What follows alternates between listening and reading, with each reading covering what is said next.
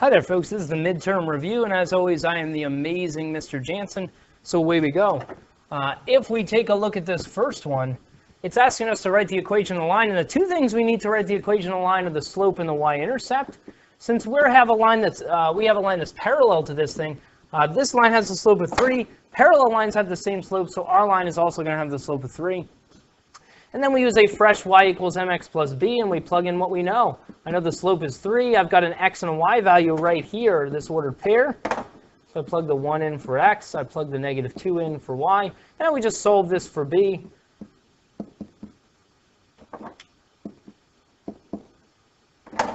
So I find out that b equals a negative 5, which means the equation of my line is y equals a 3x minus 5. And that's it. Number 2 is very similar. I still need to find the slope and the y-intercept. The only difference is this time I'm given a line that's perpendicular. So this line has a slope of 1/2 perpendicular. I do the opposite reciprocal. So I change it from a positive to a negative. And I change it from a 1/2 to a 2/1. So I make it a negative 2. So I change the sign and flip it. And then I still do the same thing. I fresh y equals mx plus b. Plugging in what I know. I know the slope. I know the x and the y value, because once again, I'm given an ordered pair here. So I plug in the negative 4 and the positive 3. That's going to give me a 3 equals a positive 8. That's terrible looking. Let me try again. A positive 8 plus b. I subtract the 3 from each side. Or sorry, I subtract the 8 from each side. So I find out that b equals a negative 5. It's strange because I got a negative 5 in the previous example as well. I apologize. So anyway, I get y equals a negative 2x minus 5. And that's it.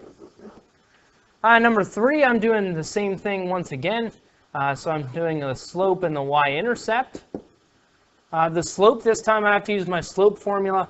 Right here, the y value was a negative 2. Now it's a positive 10. That's gone up 12. Here, the x value is a 1. Now it's a 4. It's gone up 3. So my slope is 12/3, which is 4. And then I do the same thing I've done a couple times now. I plug in the slope and the slope here, which is a 4. I plug in an x and a y value, which I can use either one of these ordered pairs. I'll use the first one. So that gives me a negative 2 equals 4 plus the b. I subtract the 4 from each side, and I find out that b equals a negative 6. So the equation of my line this time is y equals 4x minus 6, and that's it. For this one, it's asking, is this a function? And so when we look at this relation, which is just a set of ordered pairs, to determine if it's a function, I need to check to see that every input has exactly one output. So essentially, I'm looking for x values to make sure they only have one y value. And if I look right here, these are the ordered pairs that give it away. The negative 1 has a y value of 1, but then the negative 1 also has a y value of 5. So this one is not a function. For it to be a function, I need faithful x values. I need x values that are only with one y. So this one's not a function because the x value, because the negative 1 is with two different y values.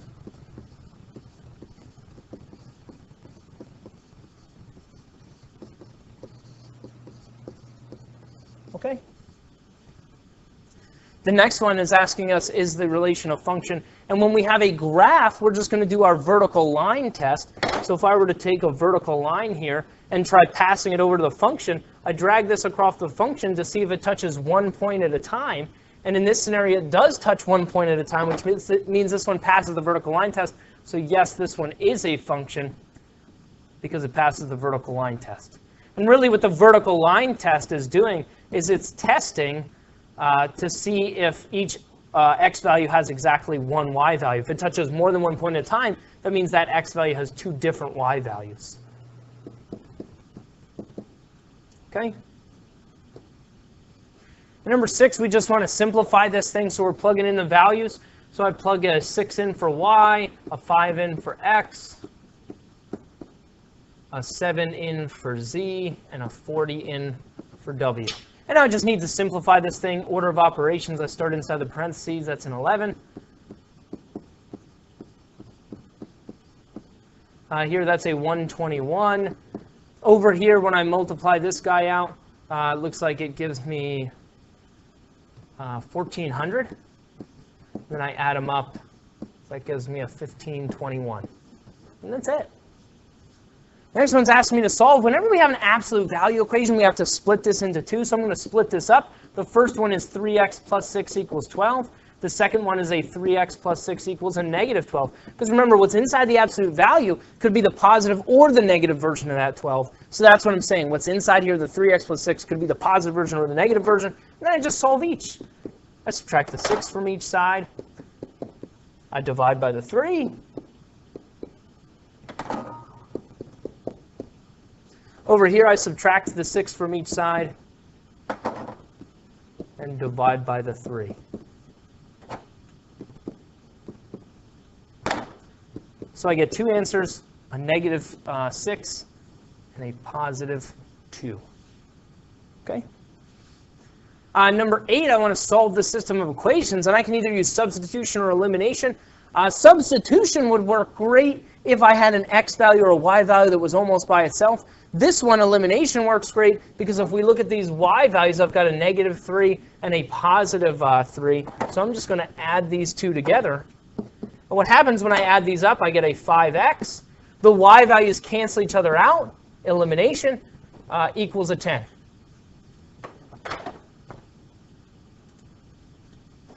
I divide each side by the 5. So I find out that x equals 2. And that's great, but I'm not done yet. I have to plug that 2 back in.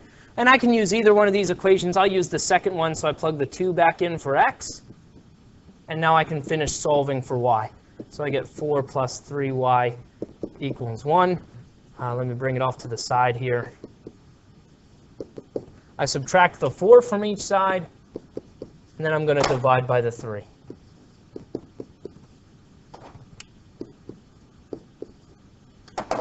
So I find out that y equals a negative 1. Okay? And a nice, neat way to write these answers is as an ordered pair. So I'd write this as the ordered pair 2 comma negative 1. Because if we're thinking about this in terms of a graph, we're thinking about where these two lines cross one another. And number 9, we're just doing some simple multiplication. So I'm going to multiply these first two. I multiply the numbers. 10 times 6 is a 60. When I multiply, I add the exponents. And keep in mind, this is an x to the first over here. So that's going to be an x to the third, y to the third. And now I'm just going to keep multiplying. I'm going to multiply it by the second piece of this thing. I follow the same rules. I do the 60 times the negative 7. That's going to be a negative 420. I add the exponents. That's x to the negative 12th, y to the 8th. Sorry, y to the 11th. And now the last thing I have to do here is take care of negative exponents. Remember, a negative exponent is simply a way of writing division. This would be over x to the 12th. Okay, I send that exponent, I send that whole term to the denominator and make it positive. Okay? And number 10, I can't add or subtract radicals unless they're like radical terms, which means they have to have the same radical symbol with the same number underneath. And these don't, so what I'm going to do is I'm going to simplify these as far as I can. The 12 is the same thing as 4 times 3, and 4 is a perfect square. For the 27, perfect squares that divide evenly into 27 is a 9, so 9 times 3.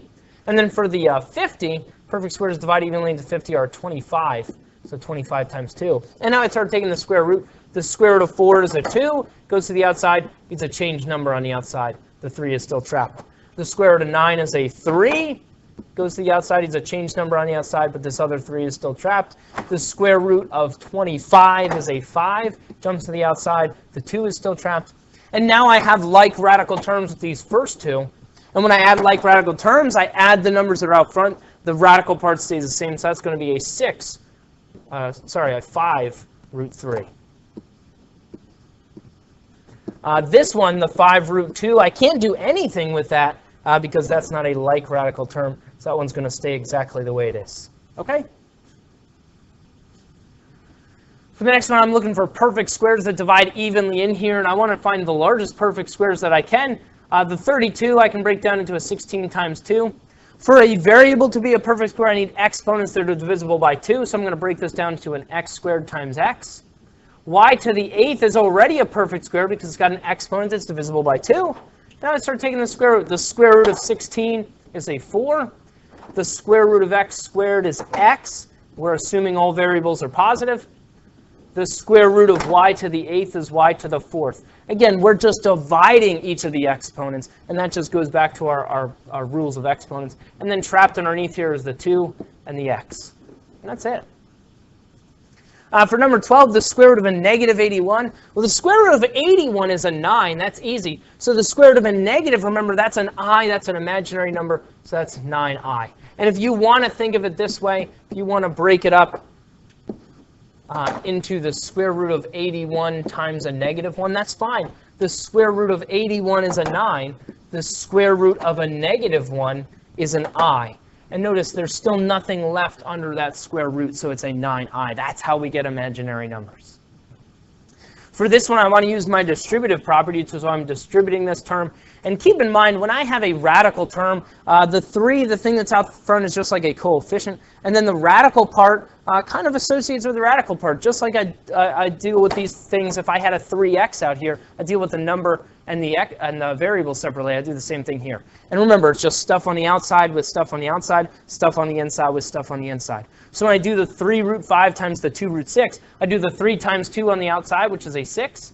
I do the 5 times 6 on the inside, which is a 30. And I do the same thing with the next term. The 3 times a negative 3 is a negative 9. The 5 times the 2 gives me a 10 underneath. And now I would simplify this as far as I could like I did in number 10. I'm looking for perfect squares, trying to combine like radical terms. And there are no perfect squares. There are no like radical terms. That one stays exactly the way it is. Okay? This one I want to distribute or FOIL here. So I'm going to distribute the 2. When I distribute the 2, that gives me an 8 plus 4i. And now I distribute the negative 3i. That gives me a negative 12i minus 6i squared. And now I can combine like terms here. That gives me an 8 minus 8i.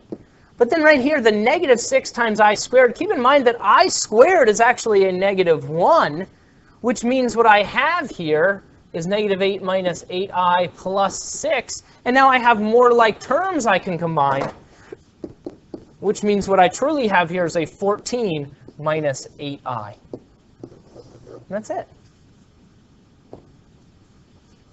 For this one, it asks us to factor completely. So the first thing I always look for is the greatest common factor. For this one, it's a 3. So I factor the 3 out, which leaves me with an x squared minus 4. And then when I look at the x squared minus 4, that is a difference of squares. So I'm going to factor that into conjugates, an x plus 2 and an x minus 2. And now nothing else can be factored. So now this one is done. For number 16, x cubed minus 27 is one of our special cases. That's a difference of cubes. Remember, this is one of our SOAP problems. So I factor this into a binomial and a trinomial. I fill in the signs, and that's where SOAP comes in. Same, opposite, always a plus. Okay? So this sign is the same, minus sign, the opposite, and this one's always a plus. So I fill in my signs. And now for the binomial, the thing up front, I take the cube root of each of these. The cube root of this first term is going to give me an x. The cube root of the second term is going to give me a 3. And now I kind of have to make it work. If I take the x and square it, it's an x squared. If I take the 3 and square it, it's a 9. That's the first and the last term. And then the middle term, I take the two values from the binomial, the x and the 3, and I multiply them, giving me a 3x. Okay? That's how we factor a difference or a sum of cubes, using SOAP, memorizing this pattern, and then filling it in. Okay?